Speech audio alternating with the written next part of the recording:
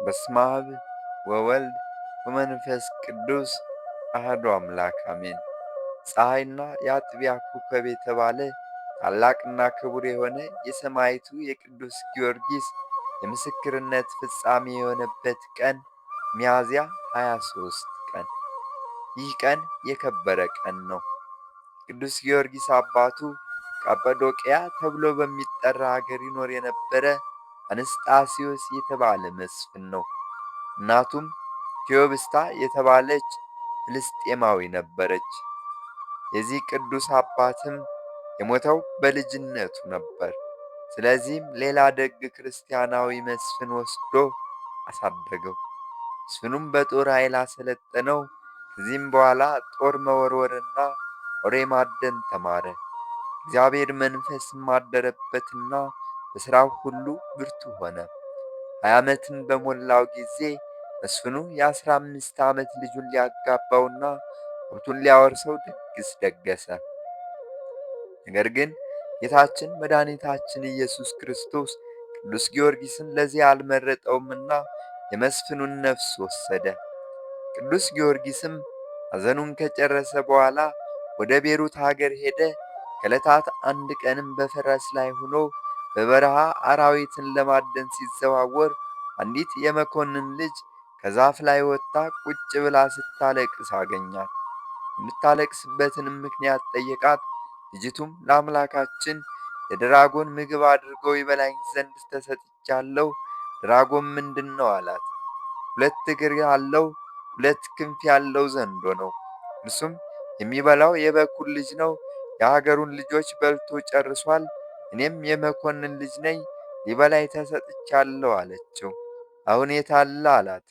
አሁን በክንፉ እየበረረ በእግሩ እየተሽከረከረ ይመጣል፣ አንተንም እንዳይበላ ሂድ አለችው። ቅዱስ ጊዮርጊስም እኔን ለመብላት አቅም የለውም ብሎ ቆመ። ደራጎን የተባለ ሰይጣን ያደረበት ዘንዶም ወዲያውኑ ደረሰ። ቅዱስ ጊዮርጊስንም ሊበላው ምላሱን አውለበለበ።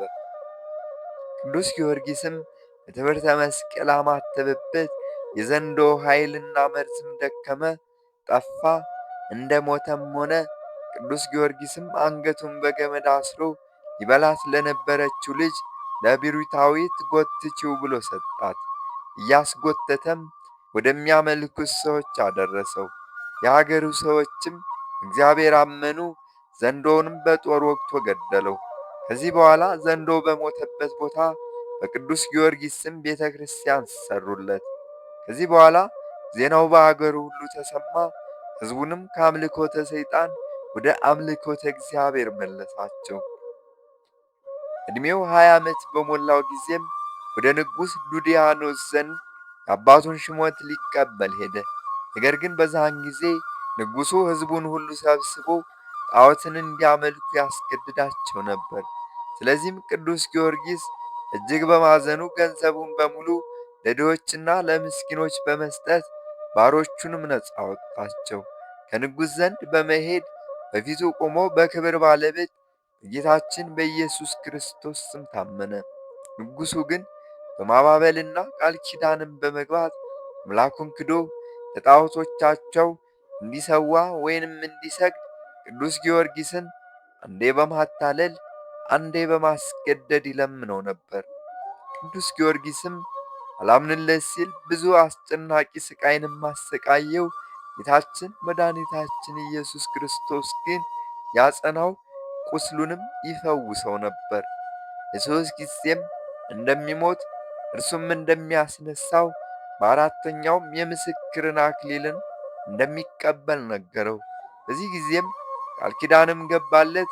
ለ7 ዓመትም በጽኑ መከራና በስቃይም እንዲሁም በተጋድሎ እንደሚኖር በዚያም ስሙ በዓለም ሁሉ የተገለጠ እንደሚሆን መላእክትም እንደሚያገለግሉትም ነገረው። ቅዱስ ጊዮርጊስ ትእዛዙን ባለመቀበሉ ንጉሥ ዱድያኖስ እጅግ አዝኖ አትናሲዮስ የሚባል ታላቅ ሥራየኛ ካስመጣ በኋላ መርዝን ቀምሞና በጽዋ መልቶ ለቅዱስ ጊዮርጊስ እንዲጠጣው ሰጠው።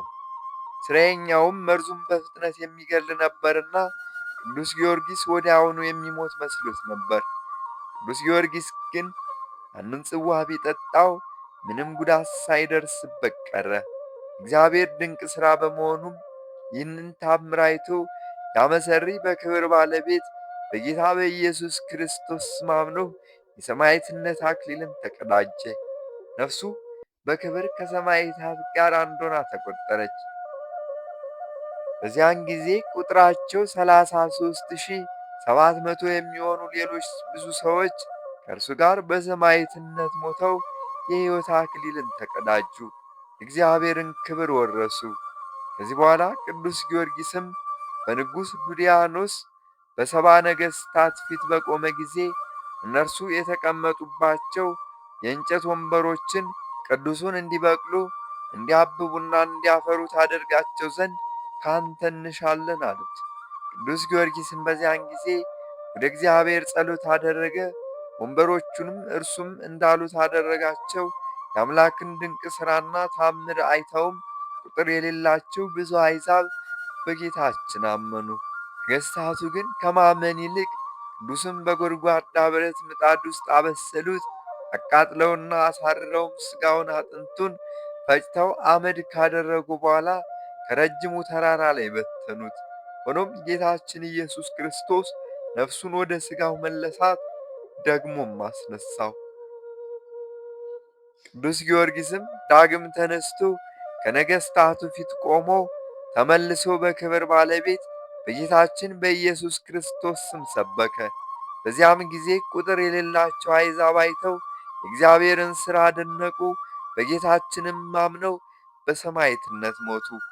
ነገሥታቱም ዳግመኛ ማመን አዳግቷቸው እርሱን ሊፈትኑት ሙታኖችን ብታስነሣ አምላክህ እውነተኛ አምላክ እንደሆነ እናውቃለን፣ በእርሱም እናምናለን አሉት። ቅዱሱም ወደ አምላክ በመጸለይ ከጉድጓድ ውስጥ ወንዶችና ሴቶችን ጎልማሶችንም አስነሳላቸው። እነርሱም በሚደንቅ ሥራው በክብር ባለቤት በጌታችን ስም አስተማሩ፣ የገሃነምንም ወሬ ተናገሩ። በጥምቀትም ክርስትናን ተቀብለው አረፉ። ከሃዲያን ነገሥታት ግን ሙታንን ያስነሣ አይደለም የረቀቁ ሰይጣናትን አሳየህን እንጂ ብለው ተከራከሩ። ከዚያም አንዲት ድሃ ሴት እንድትጠብቀው አደረጉ። እርሷም እንጀራ ልትለምንለት በወጣች ጊዜ የእግዚአብሔር መልአክ ማዕድ አቀረበለት። በዚህም ጊዜ የደዋ ሴት የቤቷ ምሰሶ ላይ ቅርንጫፍን አበቅሎ ታላቅ ዛፍም ሆነ።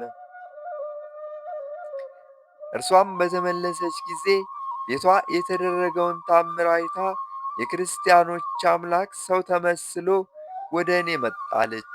ቅዱስ ጊዮርጊስ ግን እኔ አምላክ አይደለሁም የአምላክ ባሪያ ነኝ እንጂ አላት። እሷም እንዲህ ብላ ለመነችው፣ የአምላክ አገልጋይ ከሆንክ ቸርነትህ እንድትደርሰኝ እለምንሃለሁ። ዕውር፣ ደንቆሮ፣ ዲዳ፣ ጎባጣ የሆነ ልጅ አለኝና ታድንልኝ ዘንድ እለምንሃለሁ፣ እባክህን አድንልኝ አለችው። እሱም ሴቲቱን ስለ ጌታችን መድኃኒታችን ኢየሱስ ክርስቶስ ካስተማራትና በእርሱ እንድታምን ካደረጋት በኋላ ልጇ ላይ በመስቀል ምልክት ሲያማትብበት ዓይኑ ማየት ቻለ። ቅዱሱም እንዲህ አላት፣ እንዲሰማ፣ እንዲናገር፣ እንዲሄድና እንዲያገለግለኝም እኔ ሻለሁ። በዚያም ጊዜ ንጉሡ በአገሩ ውስጥ ሲዘዋወር ከመበለቲቱ ቤት ላይ የበቀለውን ዛፍ አይቶ አደነቀ። ስለ እርሷም ሲጠይቅ የቅዱስ ጊዮርጊስ የተቀመጠባት የመበለቷ የቤት ምሰሶ ላይ ዛፉ እንደ በቀለ ነገሩት። ንጉሡም ይህን በሰማ ጊዜ ተቆጥቶ ከዚያ ወስዶ አስገረፈው፣ በመንኰራኵርም እንዲፈጩት አደረገ። ከዚያ በኋላ ቅዱሱ ስለ ሞተ ከከተማ ውጭ አውጥተው ጣሉት። የሦስተኛ ጊዜም ጌታችን ኢየሱስ ክርስቶስ ከሞት አስነሣው። ንጉሡም ከሞት እንደተነሣ ሲመለከት ደነገጠ፣ አደነቀም። ዳግመኛም ንጉሡ ቅዱስ ጊዮርጊስን በመሸንገል በመንግሥቱ ላይ ምክትል እንደሚያደርገው ቃል ገባለት። ቅዱሱ ግን እየዘበተበት ነገ በጠዋት ለአማልክቶች መሥዋዕትን አቀርባለሁ፣ አንተም ሕዝቡም እንዲሰበሰቡ እዘዝ፣ እኔ ስሰዋ እንዲያዩ አለው። ንጉሡም ይህ የተናገረው ነገር እውነት መስሎት የሚሰዋ መስሎት ተደስቶ ወደ ቤተ መንግሥቱም እልፍኝ አስገብቶ አሳደረው። ቅዱስ ጊዮርጊስም ለጸሎት በመነሳት ዳዊትን መዝሙር አነበበ። በዚህ ጊዜ የንጉሥ ዱድያኖስ ሚስት ንግሥት እለእስክንድርያ ሰምታ ቃሉ ደስ ስላሰኛት የሚያነበውንም እንዲተረጉምላት ለመነችው። እሱም እግዚአብሔር ዓለምን ከፈጠረበት ሰው እስከሆነበት ጊዜ የሆነውን ሁሉ አስተማራት። ንግሥቲቷም ትምህርቱም በልቧ ስለተቀረጸባት በክብር ባለቤት በጌታችን አመነች። በማግስቱም አዋጅ ነጋሪ አገሩን በመዞር ቅዱስ ጊዮርጊስ ለአማልክት ሲሰዋ ለማየት ሰው ሁሉ እንዲሰበሰብ ለሕዝቡ ሁሉ ነገረ። አዋጁን የሰማችው ያች ድሃ መበለትም እውነት መስሏት እጅግ እያዘነች እያለቀሰችም ከልጇ ጋር ወጣች። ቅዱስ ጊዮርጊስም ባያት ጊዜ ፈገግ ብሎ ልጅሽን በምድር ላይ አኑሪው አላት። ከዚያም ልጇን ጠርቶ ወደ አጵሎን ሂድ፣ ወደ እኔም ይመጣ ዘንድ በክብር ባለቤት በጌታዬ በኢየሱስ ክርስቶስ ስም እዘዘው አለው። በዚያም ጊዜ ልጁ ድኖ ቅዱስ ጊዮርጊስ እንዳዘዘው ወደ ጣዖቱ ቦታ ሂዶ አዘዘው። በጣዖቱ ያደረ የርኩስ መንፈስም ከማደሪያው ወጥቶ ቅዱስ ጊዮርጊስ ወዳለበት መጥቶ እኔን ሰውን ሁሉ የማስት እንጂ አምላክ አይደለሁም ብሎ በሕዝቡ ሁሉ ፊት አመነ። ቅዱሱም ትውጠው ዘንድ ምድርን አዘዛትና ወዲያውኑ ዋጠችው። ጣዖታቱንም ከአገልጋዮቻቸው ጋር አጠፋቸው። ንጉሡም ከወገኖቹ ጋር አፈረ። ንጉሡም እጅጉን ተበሳጭቶና ተቆጥቶ ንግሥቷ ጋር ገባ።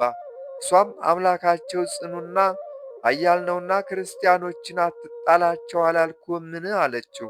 ንጉሡም ይህንንም ሰምቶ በጣም ተቆጣ። ቅዱስ ጊዮርጊስ ሚስቱን ወደ ክርስቲያን እንደቀየራትም አወቀ። ከዚህ በኋላ ከከተማ ውጭ እንዲጎትቷትና በመጋዝም እንዲሰነጥቋት አዘዘ። የሰማዕትነት አክሊልም በመንግሥተ ሰማያት ተቀበለች። ነገሥታቱም በዚህ ጊዜ አፍረው ደነገጡ። ከዚህም የባሰ ኀፍረት እንዳይመጣባቸው ራሱን በሰይፍ እንዲቆርጠው ንጉሥ ዱድያኖስን መከሩት። ንጉሡም ምክራቸውን ሰምቶ ቅዱስ ጊዮርጊስ ራስ እንዲቆረጥ አዘዘ። በዚህም ጊዜ ቅዱሱ እጅግ ደስ አለው። ጌታችንም እሳትም ከሰማይ አውርዶ 70 ነገሥታትን እንዲያቃጥላቸው መከራውም ከክርስቲያን ወገን ጸጥ ይል ዘንድ ለመነው። ወዲያውም እሳት ወርዳ 70 ነገሥታትን ከነሰራዊቶቻቸው ጋር አቃጠለቻቸው። በዚህም ጊዜ የክብር ባለቤት ጌታችን ኢየሱስ ክርስቶስ ለቅዱስ ጊዮርጊስ ተገለጠለትና ብዙ ቃል ኪዳን ሰጠው። እንዲህም አለው፣ በምድር መታሰቢያን ለሚያደርግ ሁሉ እኔ ኃጢአቱን ሁሉ ደመስሳለሁ። በመከራም ውስጥ ሆኖ በባሕርም ሆነ በየብስ ወይም በደዌ በስም የሚለምነኝ እኔ ፈጥኜ ከመከራው አድነዋለሁ።